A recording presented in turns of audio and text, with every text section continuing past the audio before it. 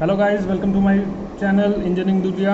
मैं आ गया हूँ आज एक नई वीडियो के साथ। ये है क्लास 11th का फिजिक्स का चैप्टर रेस्ट एंड मोशन। यहीं से फिजिक्स शुरू होता है। फिजिक्स पहले शुरू होता है आपका वेक्टर से, यूनिट एंड डायमेंशन से और आपका मैथमेटिकल टूल से, लेकिन मेन फिजिक्स का टॉपिक्स यहीं से स्टार्ट होता है, रेस्ट एंड मोशन काइनेमैटिक्स से। ठीक है गाइस, मैं आपको रिक्वेस्ट करूँगा कि आप किसी भी एक बुक को पकड़ के चलें, किसी भी एक, चाहे वो रेफरेंस हो, चाहे वो एस.सी. वर्मा हो, चाहे वो एन.सी.ई.आर.टी. हो, चाहे रेफरेंस का कोई भी किताब हो। मैं चाहूँगा कि आप एक बेस बुक बना के चलें। हमेशा बेस बुक को, एक को पूरा बेस बना के चलें, उसको थरली रीड करें। मैं आपको एस.सी. वर्मा की सारी चीज़ 1 by 1 thoroughly, line by line सब क्लियर करवा दूँगा। अगर आपको यहाँ मैथमेटिकल टूल्स में अगर थोड़ी बहुत दिक्कत हुई तो आप मुझे बता सकते हैं, तो मैं उस मैथमेटिकल टूल्स पर भी वीडियो बना के अपलोड कर दूँगा। वैसे यहाँ कोई दिक्कत होगी नहीं ज़्यादा। चलिए तो शुरू करते हैं, आते हैं अपने टॉपिक पे, rest and motion. Rest and motion से आप बहुत पहले भी फेमिलियर होंगे। ये आपको 6-7 से ही आने लगता है। रेस्ट में बॉडी कब होता है, मोशन में बॉडी कब होता है, ये सारी बातें आपको बहुत पहले से पता है। लेकिन बहुत सारे लोगों को अभी तक exact definition rest and motion की पता नहीं है। तो आज हमारा टॉपिक रहेगा रेस्ट एंड मोशन का इंट्रोडक्शन पार्ट। इसमें हमें बहुत सारे, जहाँ तक कवर अप हो सकेगा वहाँ तक कवर अप करेंगे और उसके बाद इसको कंटिन्यू करेंगे। ओके, चलिए तो आते हैं अपने टॉपिक पे, rest and motion and kinematics. Kinematics की बात हम लोग बाद में करेंगे, पहले रेस्ट एंड मोशन की बात कर लेते हैं। रेस्ट एंड मोशन में सबसे पहले एक ही सवाल ये उठता है कि when do we say that a body is at rest and when do we say that it is in motion. ठीक है, कब हम लोग कहेंगे कि बॉडी रेस्ट में है, कब हम लोग कहेंगे कि बॉडी मोशन में है। ये सबसे पहला क्वेश्चन ही उठता है यहाँ पर। रेस्ट में पूछता है बॉडी कब है, तो लोग कहते हैं कि सर कोई भी बॉडी रुका हुआ है तो वो रेस्ट में है, कोई भी बॉडी मूव कर रहा है तो वो बॉडी मोशन में है। नहीं, एग्जैक्ट डेफिनेशन क्या है? If a body does not change its position as time passes then it is said to be in rest. ठीक है, जब कोई भी बॉडी का कोई पोजीशन चेंज करेगा, जब टाइम पास करने के थ्रू, अगर पोजीशन नहीं चेंज करता है, जब टाइम पास कर रहा है किसी एक बॉडी को, ऐसे छोड़ के इसका पोजीशन चेंज नहीं हो रहा है, जब टाइम पास किए जा रहा है, तो ये बॉडी रेस्ट में है। और if a body changes its position with time then it is said to be moving और इट इज़ इन मोशन। ठीक है, ये बॉडी है, अगर ये बॉडी को मूव किया जा रहा है, इसका पोजीशन चेंज हो रहा है with respect to time, then ये इसको कहा जाएगा कि ये मोशन में है। ठीक है, पहली बात तो मैं आपको बता दूं कि इस पूरे यूनिवर्स में मोशन और रेस्ट नाम की कोई चीज़ नहीं है। ये हम लोगों का अपना तरीका है। हम लोग जानते हैं कि अगर आपके ही घर में अभी कोई भी चीज़ ऐसा रखा हुआ होगा जो आपको लग रहा होगा कि वो रेस्ट में है, टाइम पास हो रहा है लेकिन वो रेस्ट में, तो ऐसा नहीं है। ये हम लोगों के रूम के रेफरेंस में है कि हम लोग रूम में बैठे हैं तो लग रहा है कि वो बॉडी रेस्ट में है। ऐसा कुछ नहीं होता है। वो मेरा बॉडी जहाँ हम लोग बैठ के देख रहे हैं उससे मतलब होता है कि कौन सा बॉडी कहाँ है और किस तरीके के मोशन में है और किस तरीके के रेस्ट में। क्योंकि हम लोग जानते हैं कि अर्थ तो सन के अकॉर्डिंग मूव कर ही रहा है, रिवॉल्व कर ही रहा है, तो कोई बॉडी रेस्ट में नहीं है। लेकिन अगर हम लोग फ्रेम ऑफ रेफरेंस अगर रखते हैं, अगर हम लोग रेफरेंस रख रहे हैं कि हम अपने रूम में बैठ के देख रहे हैं किसी भी ऑब्जेक्ट को, तो वो बॉडी को कह सकते हैं कि वो मोशन में है या फिर वो रेस्ट में है। ठीक है, तो मोशन, इसका एक पॉइंट निकलता है क्या, motion is the combined property of object under study and the observer. मतलब कि मोशन जो है कंबाइंड प्रॉपर्टी है। कंबाइंड प्रॉपर्टी किस चीज़ का है? कंबाइंड प्रॉपर्टी, मोशन जो है कंबाइंड प्रॉपर्टी है किस चीज़ का? तो object under study plus observer. ठीक है, यही कंबाइंड प्रॉपर्टी है ऑब्जेक्ट अंडर स्टडी का और ऑब्जर्वर का। जिसके ऊपर हम लोग रिसर्च कर रहे हैं उसके ऊपर, जिसके ऊपर एनालिसिस कर रहे हैं उसके ऊपर, और जो उसको कर रहा है, व्यूअर। ठीक है, तो क्या क्या है? Motion is the combined property of object under study and the observer. There is no meaning of rest and motion without the viewer. Viewer के अलावा यहाँ रेस्ट और मोशन का कोई मतलब नहीं बनता है। ठीक है, अब आ जाते हैं नेक्स्ट टॉपिक। तो फिर किस चीज़ में मतलब बनता है भाई? तो वो है आपका फ्रेम ऑफ रेफरेंस। ठीक है, फ्रेम ऑफ रेफरेंस किसको कहते हैं? फ्रेम ऑफ रेफरेंस किसको कहते हैं? To locate the position of the particle we need the frame of reference. A convenient way to fix up the frame of reference is to choose the 3 perpendicular mutual axis name then X Y Z axis. The coordinate x Y Z of the particle specify the position of the particle with respect to the frame. कहने का क्या मतलब है? कहने का मतलब क्या है कि frame of reference, frame of reference basically है क्या, मैं बताता हूँ आपको। देखिए, फ्रेम ऑफ रेफरेंस जहाँ से हम लोग बैठ के देख रहे हैं, सिंपल मतलब समझिए कि जहाँ से हम लोग बैठ के देख रहे हैं, तो हम लोग पहले पढ़ चुके हैं कि ये हमारा कोऑर्डिनेट एक्सिस होता है, एक्स एक्सिस और वाई एक्सिस। अगर इस पॉइंट पर कोऑर्डिनेट है x, इस पर है y, इसका मतलब इसका पोजीशन x एक्सिस से दूरी इतना है और y एक्सिस से दूरी y है।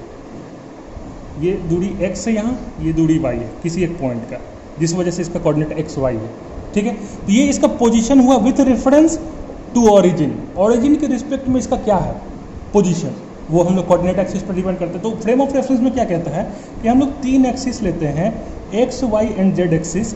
ये तीनों आपस में म्यूचुअली परपेंडिकुलर होता है, यानी 90 डिग्री का एंगल बनाता है तीनों एक साथ। ये आपको दिख रहा होगा कि ये इस तरफ है, लेकिन ये पीछे है, ये 3D है।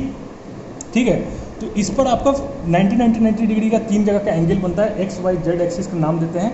तो अगर कोई पॉइंट यहाँ पर है, चाहे यहाँ पर है, इसका तीनों का कोऑर्डिनेट अगर एक्स वाई और जेड आ जाता है, चाहे A1 B1 ABC आ जाता है, तो मान लें इसका पोजीशन x में a है, इसका डिस्टेंस y में b है और z में c है, तो इसका पोजीशन है विथ रिस्पेक्ट टू ऑरिजिन। हम लोग ऑरिजिन से बैठ के देख रहे हैं, ऑरिजिन ही से तो डिस्टेंस नाप रहे हैं ना, तो यही है कहाँ से हम लोग बैठ के देख रहे थे। It is the best way to locate the particle position. Particle की पोजीशन को लोकेट करने का सबसे बेस्ट तरीका है ये frame of reference. Frame of reference हम लोग यूज़ करते हैं, इसके लिए हम लोग 3 एक्सिस यूज़ करते हैं, एक्स एक्सिस, वाई एक्सिस और जेड एक्सिस। ठीक है, इसी पर हम लोग करते हैं। फ्रेम ऑफ रेफरेंस सबसे बड़ी चीज़ है। ठीक है, अब आगे देखिए। अब if all the 3 coordinate x Y z does not change और remain unchanged as the time passage, then it is said to be in rest with respect to the frame. क्या बोलाया था मैंने, मान लीजिए कि इस बॉडी का एक पोजीशन यहाँ है, ये पोजीशन होने के बाद अगर इसका ये तीनों कोऑर्डिनेट चेंज नहीं कर रहा है विथ रिस्पेक्ट टू टाइम, तो देन आप समझ लीजिए कि ये पार्टिकल जो है रेस्ट में है। अगर यही चेंज कर जाए, इसका पोजीशन x से चेंज करके कहीं और चला जाए, y से चेंज करके कहीं और चला जाए, z से चेंज करके कहीं और चला जाए, तो इस बॉडी को विथ रिस्पेक्ट टू टाइम में, तो तब इस बॉडी को कहेंगे हम कि वो मोशन में है। ठीक है, अब जैसे मैं आपको बताता हूँ इस फ्रेम ऑफ रेफरेंस का क्या मतलब है। मान लीजिए कि एक ट्रेन है, ट्रेन में चोर घुस गए। चोर घुसने के बाद क्या हुआ, चोर ने गन कर दिया पुल उन लोगों पे, उन लोगों को बोला कि stay at rest, where you are stay at there, रुक जाओ, हिलना मत। चोर के नज़र में एक चलती ट्रेन में चोर जब घुसा, जब चोर घुसने के बाद उसको बोला सारे पैसेंजर को कि तुम जहाँ हो वहीं रह जाओ, तो वो लोग वहीं रुक गए। चोर के रेफरेंस में जो ट्रेन के पैसेंजर हैं वो रेस्ट में हैं, लेकिन रोड के रिस्पेक्ट में ट्रेन तो चल रही है, ट्रेन चल रही है, इसका मतलब पैसेंजर भी मोशन में है। तो ये रेफरेंस की बात है कि हम लोग कहाँ से बैठ के देख रहे हैं। चोर ट्रेन के अंदर से वो भी रेस्ट में है और वो उसका पैसेंजर भी रेस्ट में आ गया, लेकिन वही हम लोग प्लेटफॉर्म पे खड़े होकर देखें चलती ट्रेन को, तो चलती ट्रेन मोशन में है, इसका पैसेंजर भी मोशन में है। ठीक है, यही है फ्रेम ऑफ रेफरेंस का असली मतलब। चलिए, देयर इज, हाँ एक पॉइंट और है कि there is no rules and the restriction on the choice of frame of reference. मतलब आप फ्रेम ऑफ रेफरेंस को कहीं से भी किसी भी एंगल पे किसी भी चीज़ पर चूज किया जा सकता है। नेक्स्ट टॉपिक है हम लोगों का क्या, वो है, इसके बाद आता है डिस्टेंस एंड डिस्प्लेसमेंट। ठीक है, distance and displacement. Distance and displacement किसको कहते हैं, चलिए बताता हूँ। ये हमारा कोऑर्डिनेट एक्सिस है। अभी मैंने जहाँ तक कि बताया आपको एक्स, ये भी इस चीज़ से भी आप बहुत पहले फेमिलियर होंगे, ये भी आपको 7th में 8th में 8th में 9th में से शुरू हो जाता है, उसके बाद आपको ये चलते जाता है। तो ये चीज़ को जानना और समझना बहुत ज़रूरी है। ये एक्स वाई जेड एक्सिस है। ठीक है, ये पॉइंट ए है, यहाँ से पॉइंट बी है।